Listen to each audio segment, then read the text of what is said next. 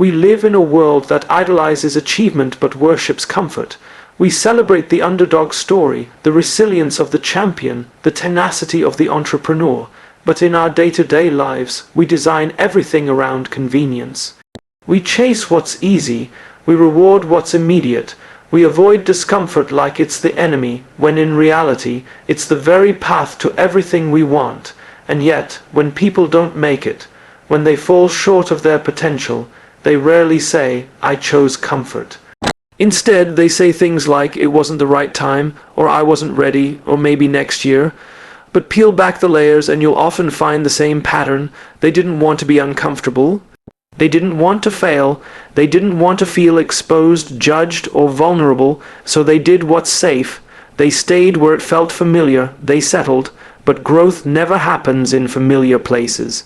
Growth begins the moment comfort ends. Think about how muscles grow. You don't get stronger by lifting light weights that don't challenge you. You build strength by pushing yourself, by choosing resistance, not avoiding it.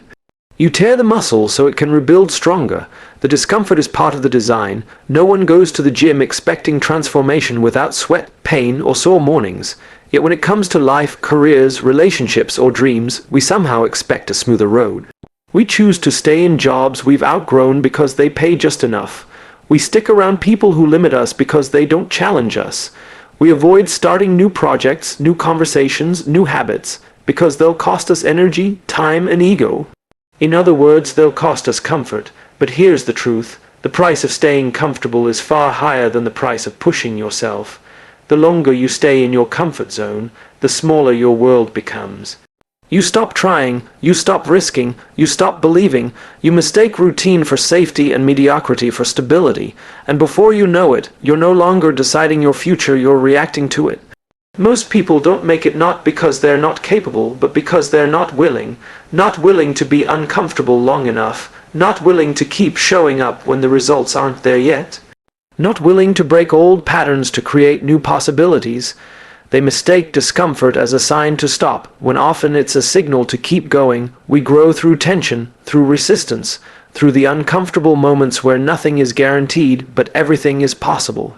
And it's in those exact moments when your brain screams, "Play it safe," that you must lean in, not back away. Discomfort is not something to escape, it's something to lean into.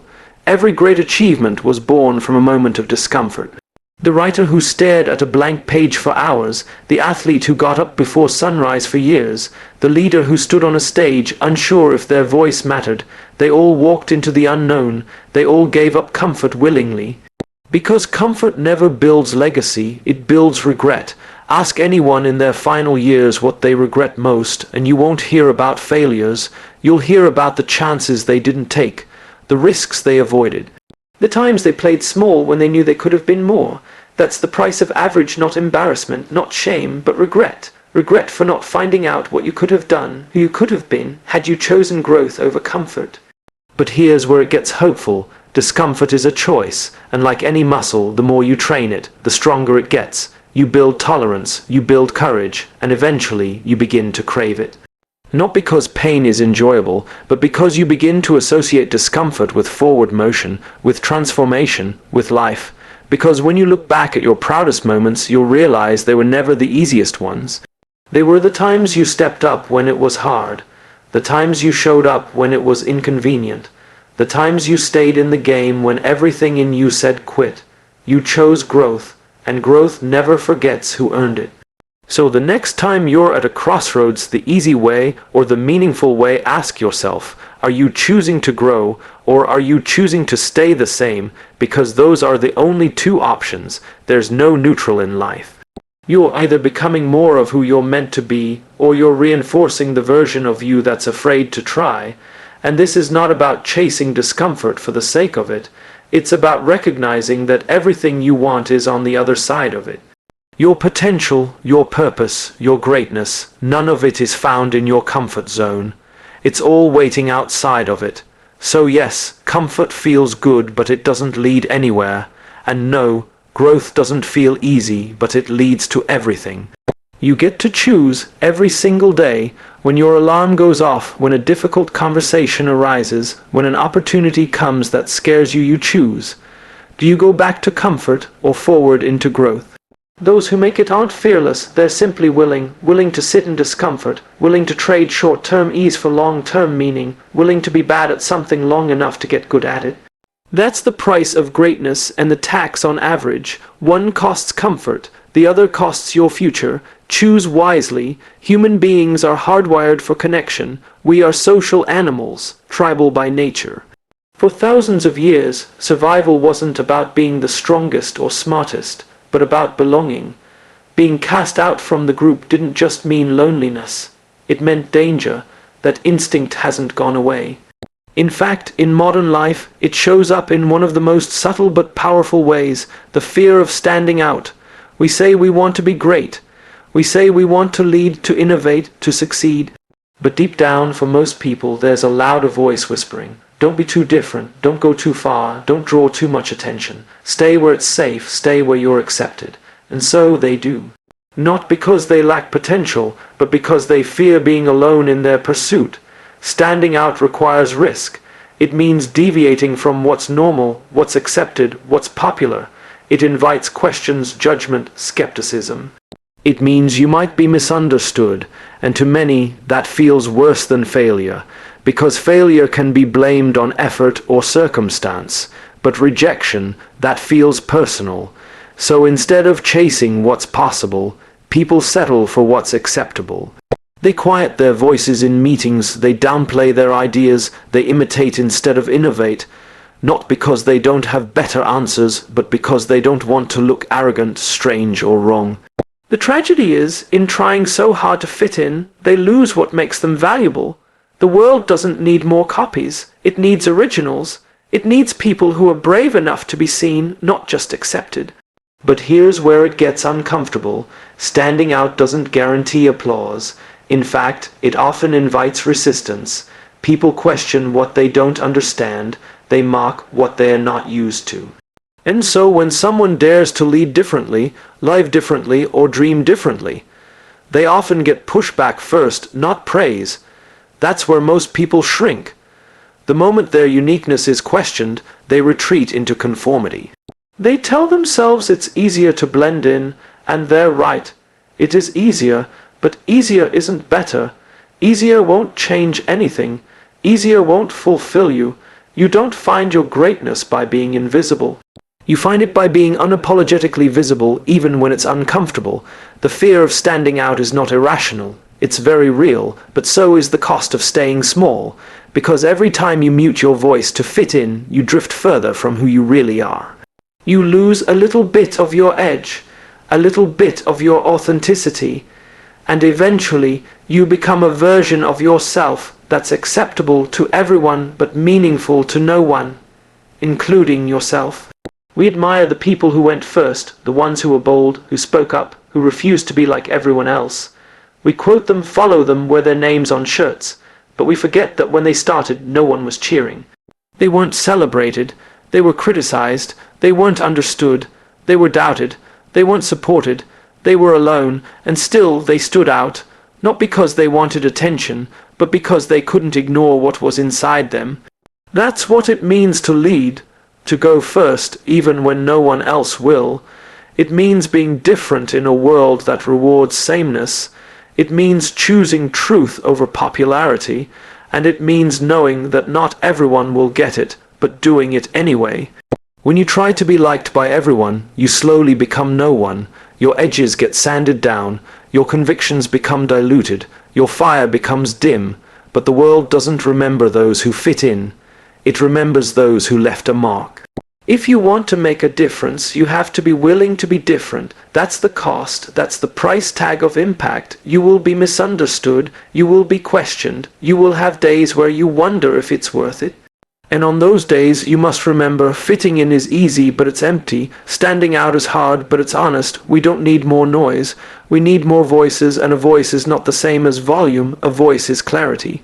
Purpose, integrity. A voice isn't about shouting louder. It's about speaking truer. So speak, even if your voice shakes, even if no one claps, even if the room goes silent. Say what matters. Do what matters. Be who you are, not who they want you to be. There's something powerful that happens when you embrace your difference instead of hiding it. You stop waiting for permission. You stop shrinking to fit the mold. You stop compromising your values for validation, and something inside you wakes up. The part of you that was born to lead, not follow. Standing out is not about ego, it's about alignment. When who you are matches how you live, you become magnetic. People don't follow you because you're perfect. They follow you because you're real. You remind them of what they're capable of. You become a mirror for their own courage, but you can't inspire others by being average. You can only do it by being authentic, and authenticity always involves risk. You will have to walk alone sometimes. You will face silence when you expected support. You will have moments where quitting feels easier. But those moments are what shape leaders, not when it's easy, but when it's costly. Everyone wants to be chosen, but few are willing to choose themselves first.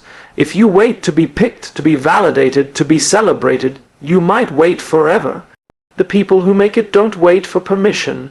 They act, they build, they move, and slowly the world catches up. Because eventually people stop laughing, they stop criticizing, they start listening. And the same voice that once felt out of place becomes the voice that changes the room. So don't fear standing out, fear blending in, fear waking up 10 years from now realizing you've been living someone else's life. Fear the silence of dreams unspoken and passions ignored. Fear the slow erosion of your spirit in the name of being accepted. If you're going to build something that matters, you're going to have to stand out. You're going to have to raise your hand. You're going to have to be seen. It's not always easy, but it's always worth it. Because when you finally stop hiding, you'll realize something beautiful. You were never meant to fit in. You were meant to lead, and the world has been waiting for you to step forward, not as a version of someone else, but as the truest version of you. We like to believe that the people who make it, the ones who climb to the top, are just naturally gifted. That they were born with something special, some spark, some genius, some talent that the rest of us just weren't given. It's easier to believe that. It protects our ego. It lets us off the hook. Because if success is about talent and we weren't born with it, then we're not responsible for not making it. But that's not how the world works. Success has very little to do with talent. In fact, if you look closely at the most successful people, the ones who rise, lead, and influence, you'll realize something surprising. They weren't always the most gifted. They weren't always the smartest in the room, the fastest on the field, or the most charismatic on stage. But what they were consistently was committed. They showed up again and again and again. They made success a habit, not a fluke. Average too is a habit. It's not a lack of talent. It's a pattern, a repeated way of thinking, deciding, reacting. Most people don't live average lives because they can't do better. They live average lives because they've practiced average thinking for so long, it became their default. Every day we make choices, small ones. Tiny ones, the kind that no one sees. Hit snooze or get up. Speak up or stay quiet. Try again or give up. Every one of those decisions is a vote for the person you're becoming, and over time those votes add up. They don't just influence what you achieve, they shape who you are. People who stay stuck in average are often waiting for the big break, the miracle moment, the lucky shot, but the people who rise to excellence, they know something average minds overlook. There is no miracle moment, there is only repetition. Relentless, boring, unsexy repetition. Show up when it's not exciting. Show up when it's hard. Show up when no one is clapping. That's the difference. That's what separates those who make it from those who don't. It's not that they always feel motivated. It's not that they never doubt themselves. It's that they've made discipline their anchor, not emotion. They've built a rhythm of progress that doesn't depend on how they feel, and that rhythm is what breaks the grip of average. The problem is, average feels comfortable. It doesn't ask for too much. It doesn't embarrass you. It doesn't stretch you. It lets you coast, and because the consequences of average don't show up right away, people keep choosing it. One day becomes 1 week. 1 week becomes 1 year, and before long, people wake up wondering where all their potential went. It didn't go anywhere. It was never used. The talent gap we talk about isn't real. What's real is the consistency gap, the accountability gap, the courage gap. Most people are not being defeated by the world. They're being defeated by their patterns. When you build habits that support your growth, success becomes less about luck and more about inevitability. It becomes the natural result of your system, your environment, your standards. You start to expect more from yourself, not out of pressure, but out of possibility. But if your habits protect your comfort, if they shield you from risk, if they allow you to avoid effort, then average will follow you, no matter how much talent you have. It's never been about potential. It's always been about process. The people who make it have one thing in common. They've made doing the hard thing normal. They've trained themselves to choose progress over pride, to do the work even when no one is watching. Especially when no one is watching, that's where character is built, not on the stage, but in the shadows, not when the lights are on, but when it's just you and the decision to either keep going or quit. That decision, made 1,000 times in silence, is what creates excellence. You don't suddenly become great, you grow into it. You earn it, one rep at a time, one day at a time, and most of those days won't feel remarkable. They'll feel ordinary, but that's the secret. Greatness is built in the ordinary, in the routines, in the choices no one celebrates. When you see someone succeeding at a high level, don't ask what their secret is. Ask what their habits are, because the life you live is just a reflection of the systems you've built. If you don't like the result, check the routine. If the routine is average, the outcome will be too. This truth should be empowering, not discouraging, because it means you don't need to be extraordinary to start. You don't need the best tools, the best timing, or even the best plan. You just need to start showing up with intention.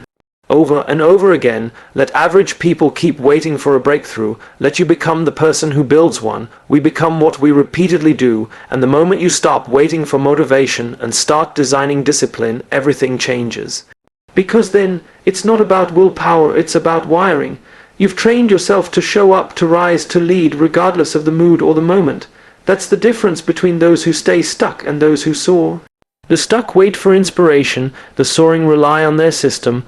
One is controlled by the environment, the other controls it, and yes, it's hard, yes, it's uncomfortable, but so is living a life beneath your potential. So is waking up knowing you could have done more, been more, become more, but didn't, not because you couldn't, but because you didn't choose it. Average is always easier in the short term, but in the long term, it's exhausting. It steals your confidence, it kills your drive, it numbs your vision, because deep down we all know what we're capable of, and when we don't live up to it, something inside us breaks. So if you want to escape average, stop looking for a talent breakthrough. Start looking at your patterns, your rituals, your habits. Success is rarely about more talent. It's almost always about better habits. The good news is, habits can be changed, patterns can be broken. Standards can be raised, but only if you're willing to stop hoping for the easy road and start committing to the real one. You're not behind because of what you lack. You're behind because of what you tolerate. Stop tolerating average, stop normalizing low effort, stop practicing small thinking, because when excellence becomes a habit, average becomes impossible. Most people start out strong. They begin with excitement, with ambition, with the belief that anything is possible. And for a while it works. They show up early, stay late, hustle, grind, push through the hard days. But somewhere along the way, things begin to fade. The energy disappears, the drive weakens, the fire they once had burns out. And they wonder what happened. What happened is simple. They were running on the wrong fuel. You can run on adrenaline for a while. You can run on motivation, pressure, ego, even fear, but none of those last. None of those go the distance. They'll push you through a sprint, but not a marathon, and life is a marathon. Leadership is a marathon. Building anything meaningful is a marathon. And if you're running on temporary fuel, don't be surprised when you burn out halfway through. There is only one kind of fuel that sustains you long enough to make it all the way: purpose. Purpose is not a slogan. It's not something you put on a wall or write in a mission statement. Purpose is the reason behind the effort. It's the why behind the what. It's the fire you can't put out even when no one's looking and no one's clapping. It's not just what gets you started. It's what keeps you going when everything else says stop. Most people fail not because they're not capable, but because they've lost sight of why they started. They forget the reason behind the grind. They focus so much on how to do something better, faster, smarter, that they forget why they were doing it at all. And without that why, even the best plans fall apart.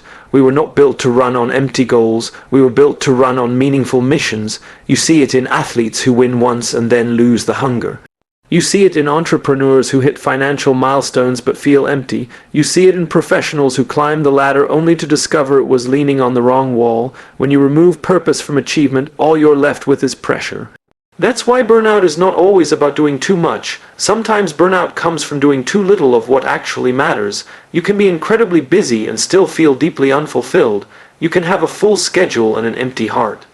Because activity without alignment is exhausting. Purpose realigns you. It brings you back to the center. It reminds you that what you're doing is part of something bigger than yourself. And when you have that clarity, obstacles don't break you. They build you, because now you're not just working for an outcome. You're working from conviction. People with purpose don't have fewer problems. They have stronger reasons, and that reason is everything. It turns resistance into resilience. It transforms setbacks into stepping stones. It makes you dangerous to anything that tries to stop you, because when you know why you're here, no one can talk you out of it. But purpose isn't something you find once and then check off your list. It's something you reconnect with every day. Every decision, every challenge, every opportunity is a chance to align or to drift. Purpose is not a destination, it's a discipline. You practice it in the way you show up, in the questions you ask, in the standards you keep. It's not always loud, often it's quiet. Purpose lives in your ability to choose meaning over momentum. It shows up when no one else does. It keeps you honest when no one's watching. And the truth is, most people don't lose because they lack discipline. They lose because they lack direction. They don't know what matters to them, so everything feels urgent. They chase every opportunity, say yes to every demand, and stretch themselves thin in every direction. But when you know your purpose, you stop being pulled by pressure, and you start being pulled by vision. You become focused, grounded, intentional. You start saying no to the things that look good so you can say yes to the things that are right. You stop measuring your success by how busy you are and start measuring it by how aligned you are.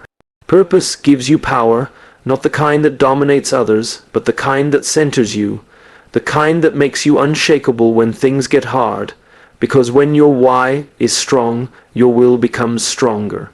That's why the greatest leaders are not always the loudest. They're the clearest. They know who they are, why they're here, and what they're fighting for, and that clarity gives them consistency.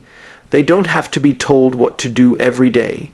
They don't need to be motivated constantly. They lead from purpose, not performance, and that's the difference between chasing success and building significance. Success is about what you achieve. Significance is about why it matters.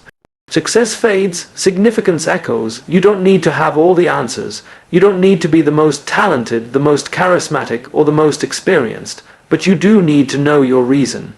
Because the world will test you, it will shake you, it will give you every excuse to quit, and unless your foundation is built on something deeper than goals, you will collapse. But when you know why you're here, when you know what matters, you become relentless. Not because you're fearless, but because you're anchored, and anchored people don't drift. So if you're tired, ask yourself why you started. If you're overwhelmed, ask yourself what actually matters. If you feel stuck, don't look for more tactics. Look for deeper truth. What's driving you? What's fueling your choices? What are you working toward that would still matter if no one saw it? That's purpose. And once you connect to it, you'll stop chasing success to feel important, and start living with intention to feel fulfilled. Because when purpose becomes your fuel, quitting is no longer an option. It's just a detour you never take. There's a quiet lie that many people have come to believe. A lie that says, if you just do what's expected, if you check all the right boxes, follow the rules, play it safe, you'll be okay. You'll be rewarded.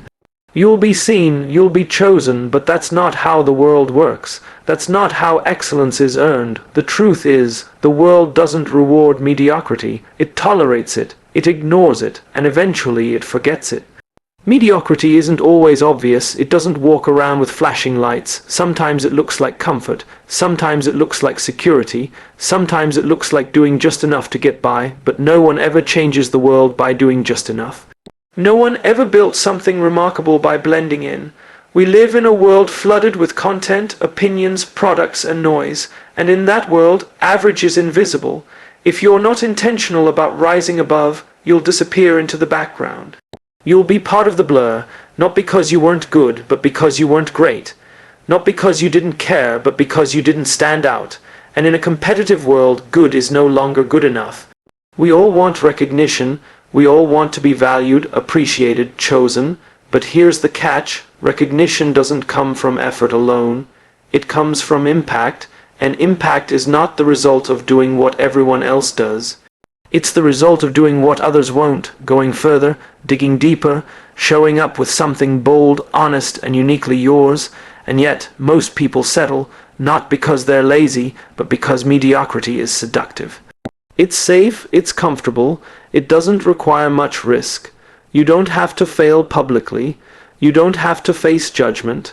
You don't have to stretch yourself beyond what you already know. But comfort is a poor teacher.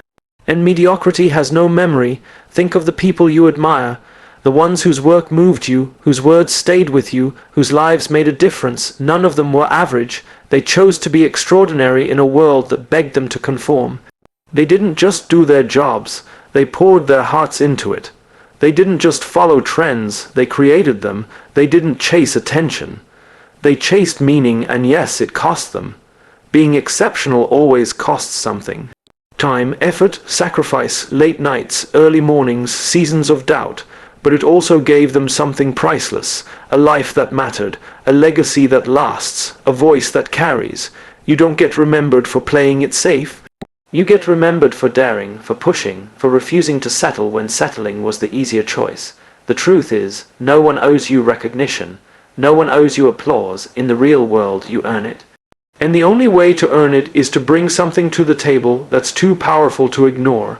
Something that carries weight, something that has depth, something that leaves people better than it found them. Mediocrity asks, what's the minimum I can do to get by? Excellence asks, what's the maximum I can give to make a difference? That question changes everything, because it shifts the focus from what's expected to what's possible. But here's the real challenge. The rewards of excellence are often delayed. You may do the right thing for weeks, months, even years without recognition. While mediocrity gets quick wins, excellence plays the long game. And in a world obsessed with speed, that's frustrating. It's tempting to cut corners, to chase likes instead of legacy, to look successful instead of becoming it. But if you trade depth for speed, you'll end up empty. And the world doesn't need more emptiness. It needs more substance. If you want to rise, stop thinking like everyone else. Stop asking, how can I fit in? And start asking, how can I stand out by being more of who I truly am? The irony is, you don't stand out by trying to be different for the sake of it.